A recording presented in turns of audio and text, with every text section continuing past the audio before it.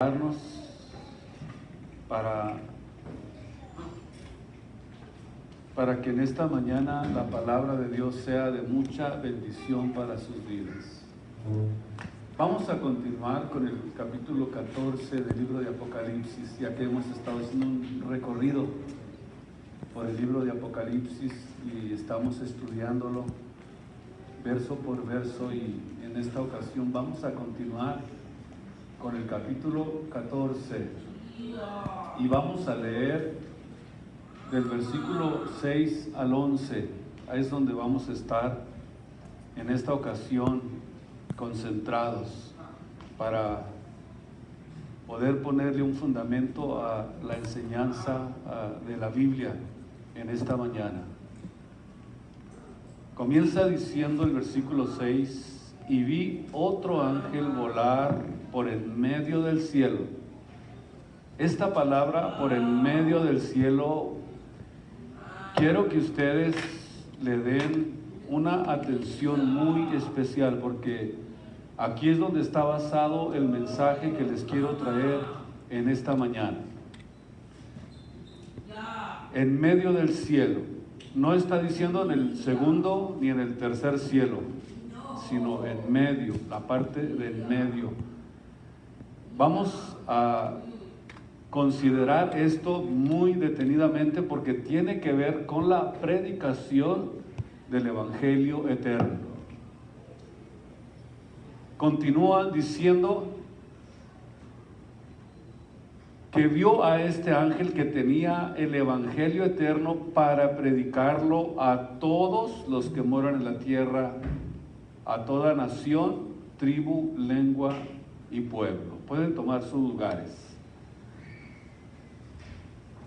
Gracias por su atención y su reverencia a la palabra de Dios. Vamos a mantener un buen orden para que seamos todos bendecidos y seamos edificados con la palabra en esta mañana. Antes de seguir adelante, estuvimos hablando precisamente, cuando terminamos el capítulo 12, de estas dos bestias que son, dice la Biblia, como hermanas gemelas. Y su continuidad hasta el día de hoy no ha podido romperse. Y ahora estamos aquí viendo en este capítulo 14 las primicias de la cosecha que Dios va a hacer con el pueblo de Israel, que son precisamente los 144,000 del versículo 1, 2 y 3 de este capítulo. Esta primer cosecha es precisamente el trato que Dios va a tener con Israel. Y este es el Cordero, no es el que habla como Cordero, sino el Cordero de Dios. Este es Jesucristo mismo. Y dice en el versículo 2: y oí una voz del cielo como un ruido de muchas aguas y como sonido de gran trueno. Y oí la voz ¿de quién?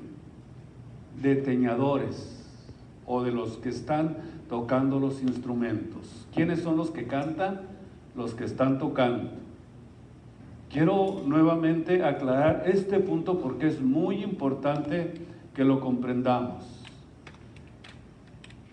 Como ruido de muchas aguas y como sonido de un gran trueno, y oí una voz de teñadores de arpas que teñían con sus arpas y cantaban, dice el versículo 3, un cántico nuevo delante del trono, de los 4 animales, de los ancianos.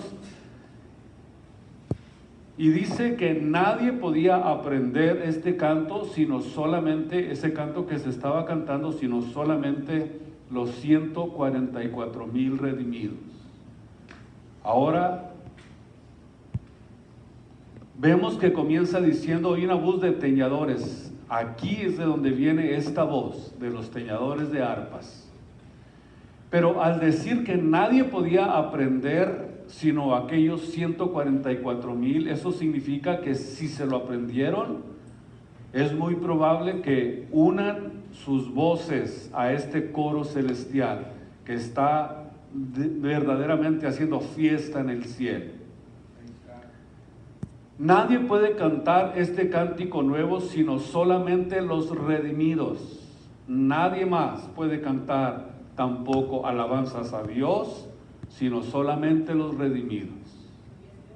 Dice el Salmo 7, 1 y 2, Salmo 107, 1 y 2, alabad al Señor porque Él es bueno, porque para siempre es su misericordia. Díganlo, ¿quiénes?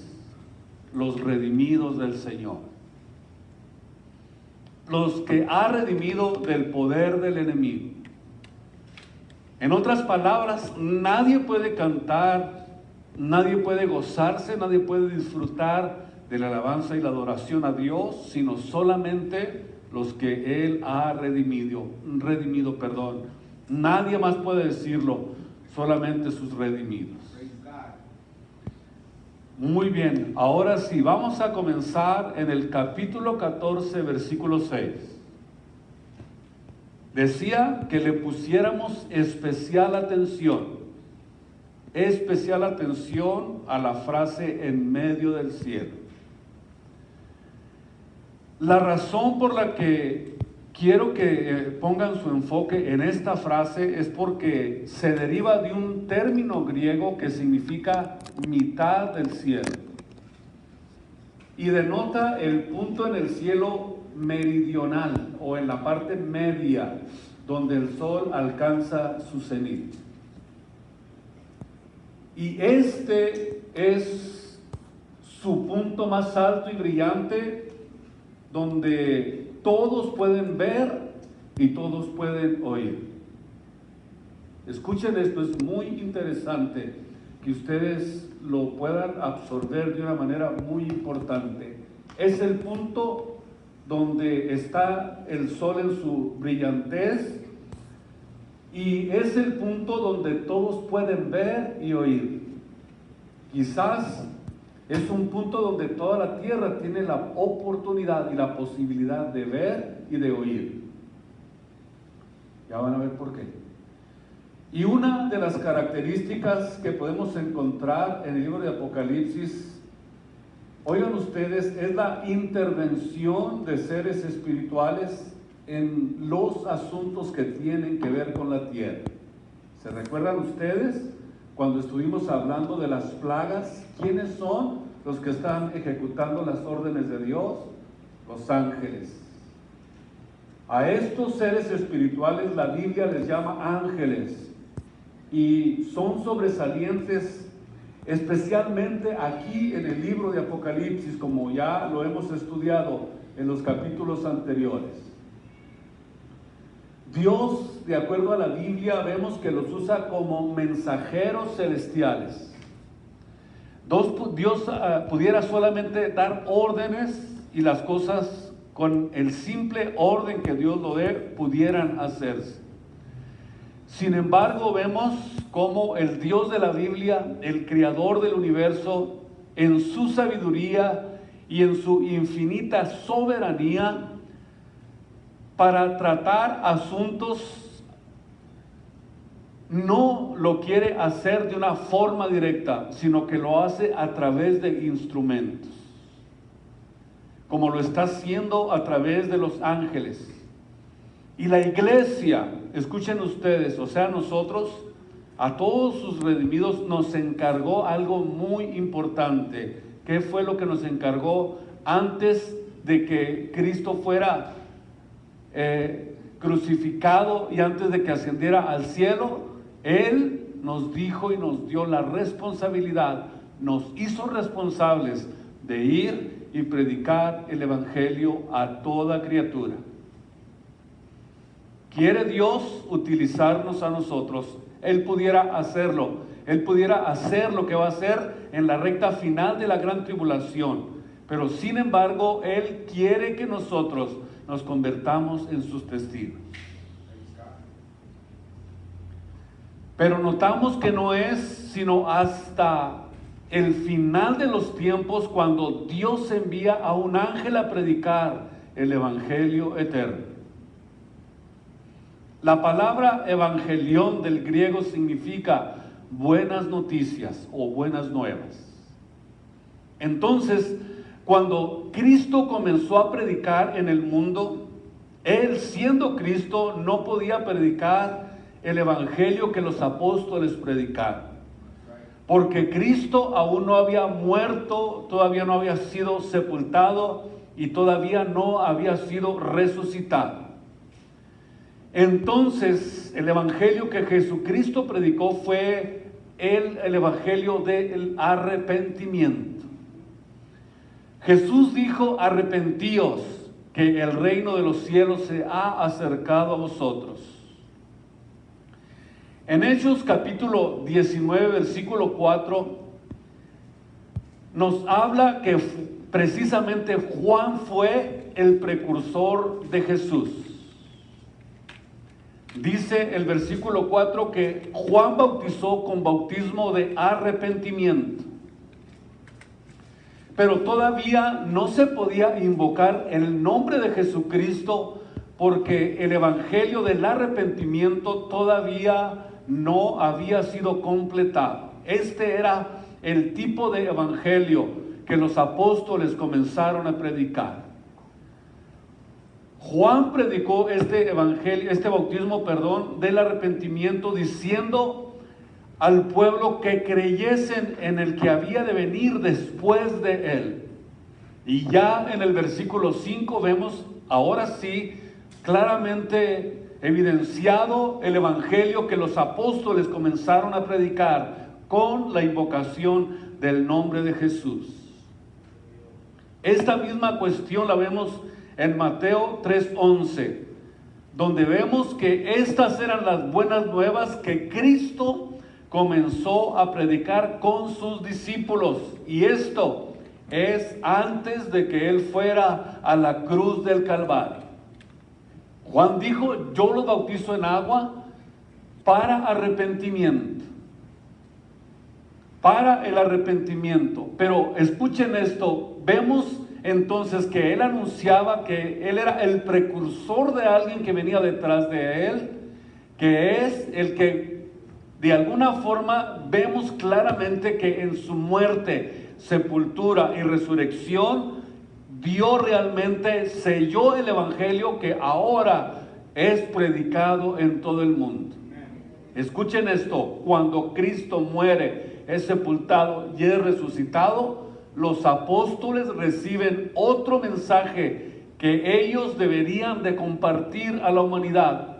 Otras buenas nuevas que se encuentran en Primera de Corintios capítulo 15, versículo 1 al versículo 5. Escuchen esto que voy en esta mañana a mostrarles. Primera de Corintios 15, 1. Además, dice el apóstol Pablo, os declaro, hermanos, el evangelio que os he predicado, el cual también recibisteis, en el cual también perseveráis. Por lo cual, asimismo, si retenéis la palabra que os he predicado, sois salvos. Si no, creísteis en vano. Porque primeramente os he enseñado lo mismo que recibí, que Cristo fue muerto por nuestros pecados conforme a las Escrituras. El contenido, el núcleo central que Dios ha encargado tanto a los apóstoles como a la generación en la que nosotros estamos viviendo es predicar y entender que la muerte de Jesús fue el pago de la cuenta de nuestros pecados que teníamos delante de Dios, y que fue sepultado conforme a las profecías, conforme a los escritos de los patriarcas y de los profetas del Antiguo Testamento, y que fue resucitado de entre los muertos para nuestra justificación. Este es el centro del evangelio que debemos nosotros de predicar.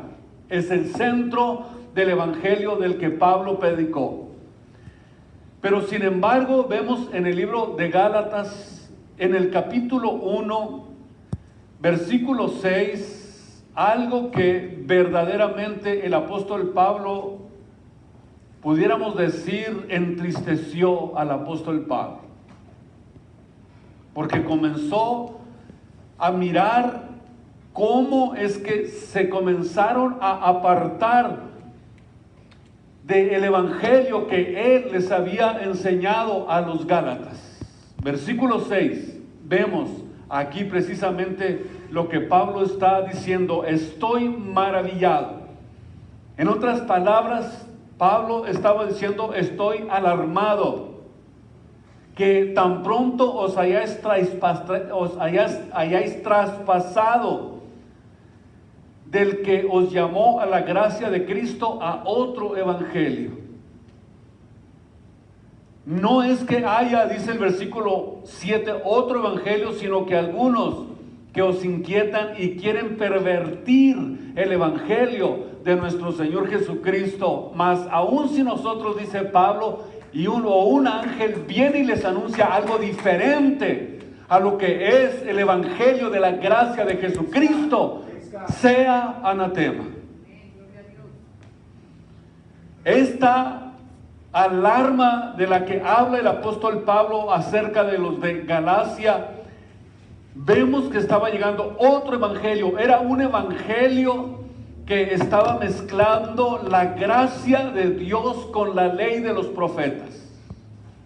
Y cualquier mensaje que nosotros oigamos que le agregue y decir que no es suficiente la muerte, la resurrección y el derramamiento de la sangre de Cristo en la cruz del Calvario para pagar nuestros pecados, es otro evangelio.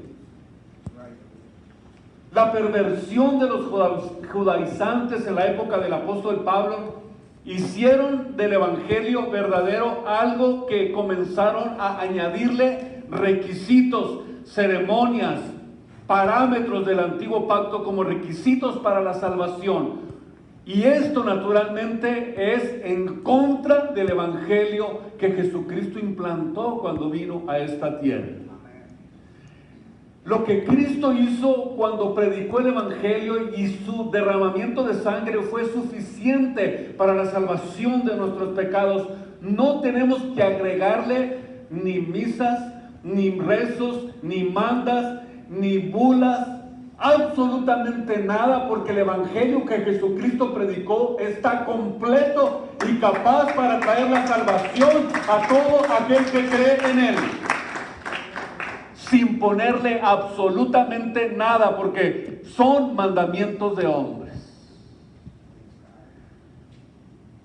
La palabra perturban del griego puede traducirse sacudir con violencia, la cual alude a una agitación extrema. Y aquí se refiere a la profunda perturbación emocional y espiritual que experimentaron los creyentes en Galacia. La palabra pervertir significa convertir algo en algo convertir en algo opuesto, o darle la vuelta completa a lo opuesto de lo que están enseñando. Y esto es al añadir la ley al evangelio de Cristo, como lo que sucedió precisamente al fundador de los mormones, José Smith. Es más, ustedes van a ver el libro que escribió y dice cínicamente: el otro evangelio de Jesucristo. Si no lo han leído, qué bueno, mejor no lo lean. Con esto es suficiente.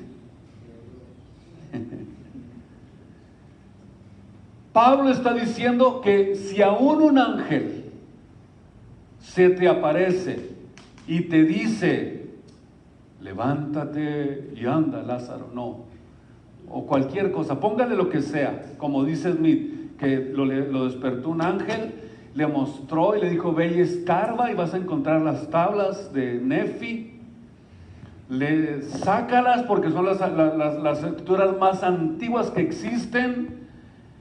Y dice que tuvo una aparición de un ángel llamado Moroni. Ya no fue ni Gabriel, sino que fue un ángel especialmente para él, para José Smith. Y después de regresar de esa visión que tuvo José Smith, regresó a su casa y le dijo: a que ni sabes que mi esposa mía, Dios me dijo que tú no eras la única. Por la visión que tuve de ese ángel. Así que prepárate, porque no sé cuántas pueda mantener. Pero si ustedes leen la historia, tuvo un montonal de hijos con un montonal de mujeres. ¿Sería una visión de Dios? No. Fue una gran falsedad. Y como en ese tiempo estaba prohibida la poligamia aquí en Estados Unidos, fue encarcelado, pero un grupo se fue para Chihuahua, me los echaron allá a mí. ¿Saben quiénes son, verdad? Que por cierto, hubo una terrible supuesta matanza de ellos, ¿no? Los de Varón.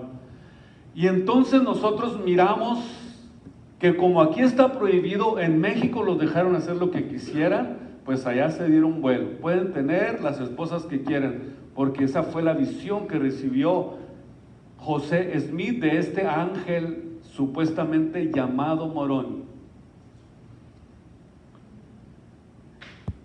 Entonces, aquí encontramos una gran falsedad.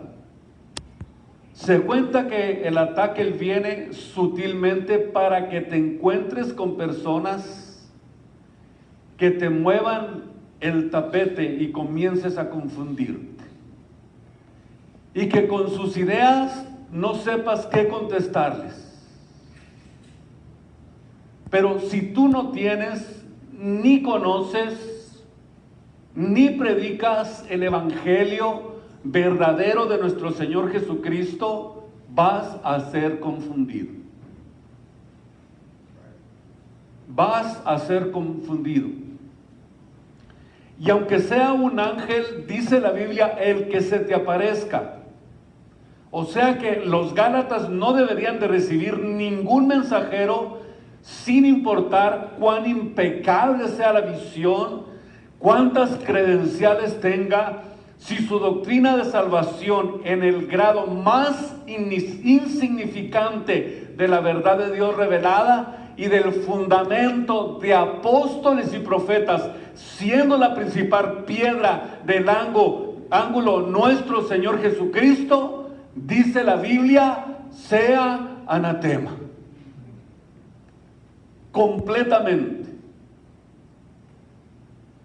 ¿Qué significa anatema? Significa maldito, o se refiere a estar o quedar bajo maldición. Y se refiere al acto de dedicar a alguien a su destrucción en el infierno eterno.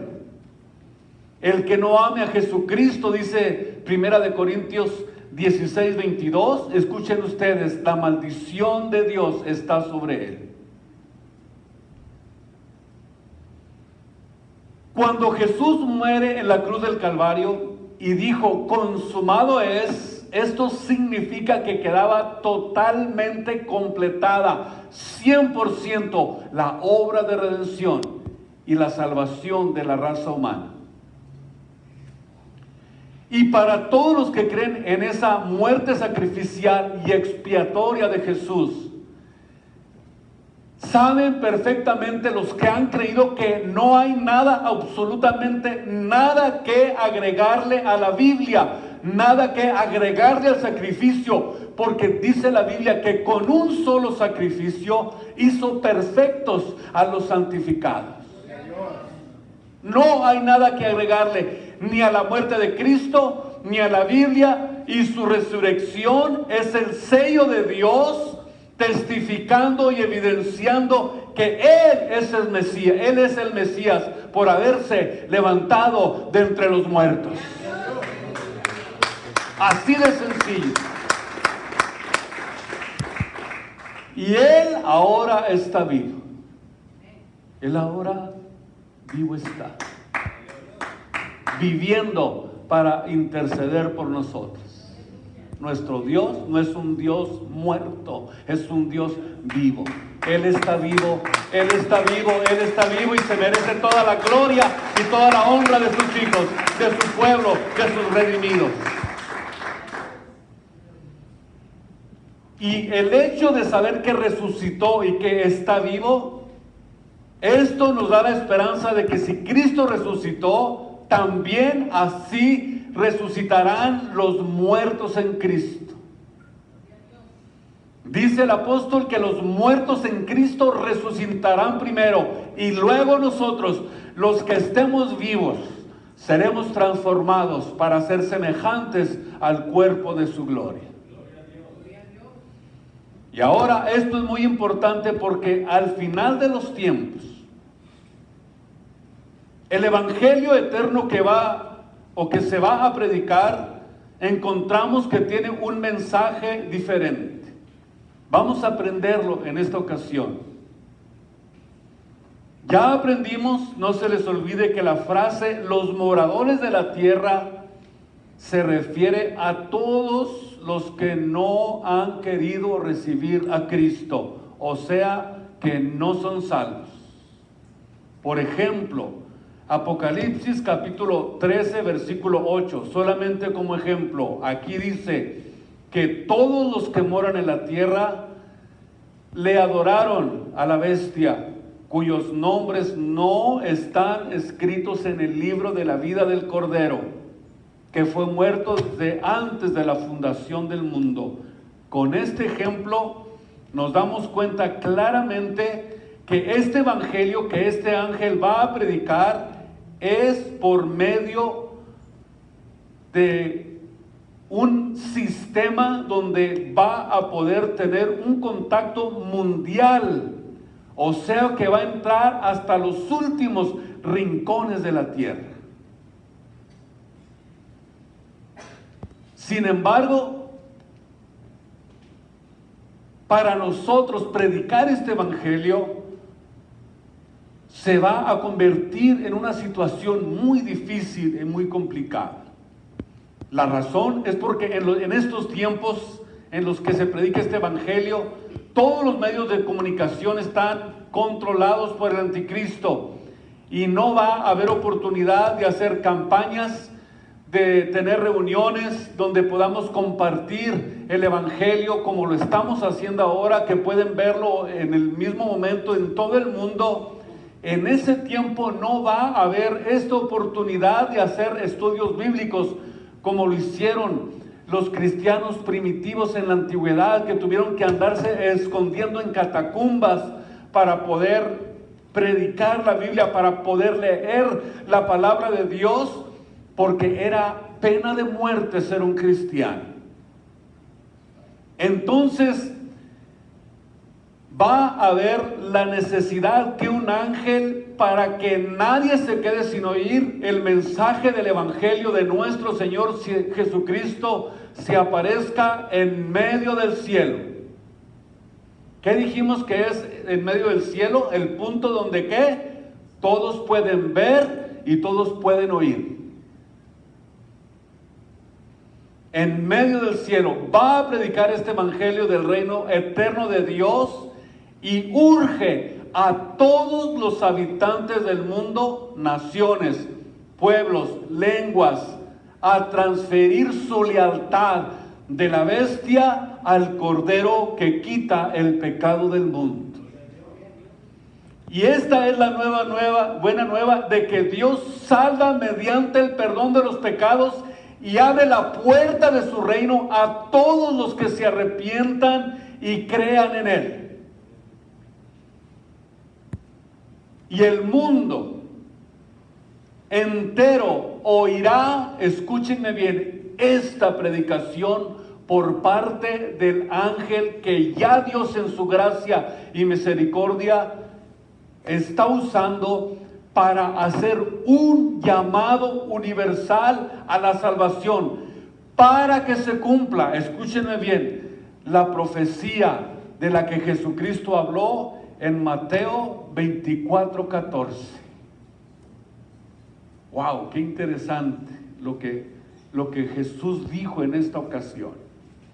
Y ahora podemos entenderlo.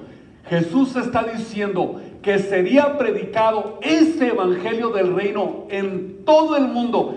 Escuchen esto, es una profecía que está cumpliéndose en el momento en que este ángel se pone en medio del cielo, donde todos pueden ver, donde todos pueden oír, y se predica el evangelio en todo el mundo. Va a entrar a todas las aldeas, a los rincones más escondidos de la tierra, y todos van a ser testigos de que el evangelio ha sido predicado a todos. Ahora entiendo perfectamente, y lo hace desde un punto visible y audible para que todo el mundo reciba este mensaje. El mensaje del evangelio eterno.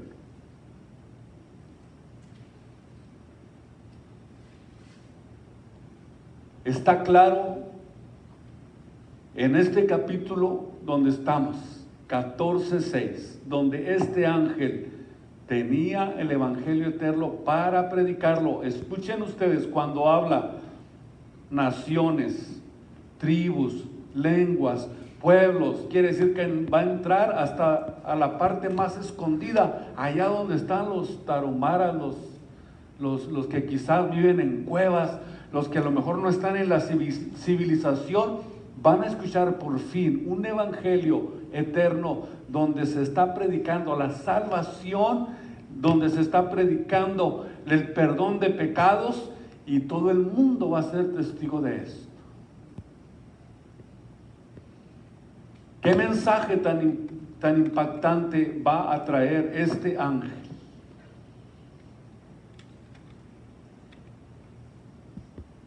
Versículo 7 comienza diciendo: temed a Dios. Capítulo 14. Temed a Dios y dadle honra, porque la hora de su juicio ha llegado. La palabra temer a Dios significa, escuchen ustedes, tener conciencia, tener temor y estar conscientes en la conciencia continua de que Dios nos observa. Y esto es estar consciente que Dios me ve. En donde quiera que estoy, donde quiera que esté, Dios me ve. En el libro de los Hebreos, capítulo 4, versículo 13, dice que no hay nada que se pueda esconder de su presencia. No hay cosa creada que no sea manifiesta en su presencia. Nada, no hay nada que se esconda de la presencia de Dios, sino antes al contrario. Dice que todas las cosas están desnudas y abiertas a aquel a quien nosotros algún día tenemos que dar cuentas. El tener temor significa vivir consciente de que Dios te ve, de que todo está delante de su presencia. No vamos a poder esconder nada de lo que hagamos en la vida, porque estamos ante un Dios que es luz y no hay ningunas tinieblas en él. Salomón escribió: el principio de la sabiduría es el temor a Dios. Y esto es algo que tenemos que entender. Y en segundo lugar, dice el capítulo 7, dadle gloria. Es la palabra doxa del griego, que significa honor o reconocimiento que merece una persona. Del hebreo es la palabra shekinah, la cual indicaba la presencia de Dios en medio de su pueblo. Qué interesante, esto es impresionante, lo que yo les estoy diciendo es impresionante. Si significa la presencia de Dios en medio de su pueblo. ¿Sabían ustedes, 1 Corintios 6, 19 y 20, que nosotros ahora somos ¿qué? Templo del Espíritu Santo de Dios? Eso significa que ahora nosotros somos el templo de la gloria de Dios.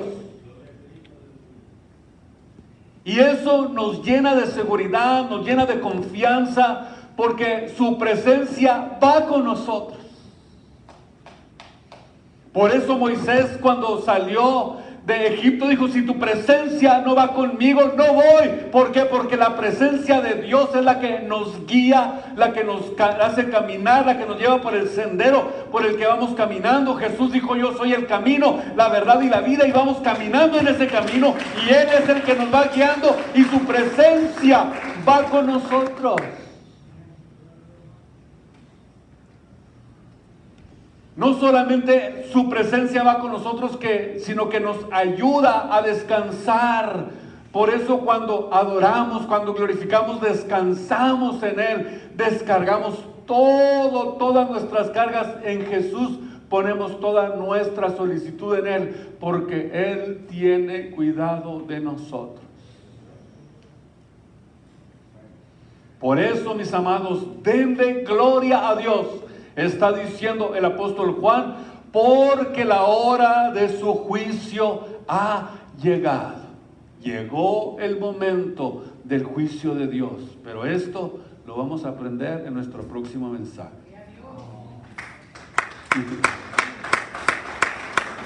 Gracias, Dios, muchas gracias. Pónganse de pie, por favor, y vamos en este momento, ¿qué le parece? A venir a adorar a Dios en este altar y a poner las peticiones delante de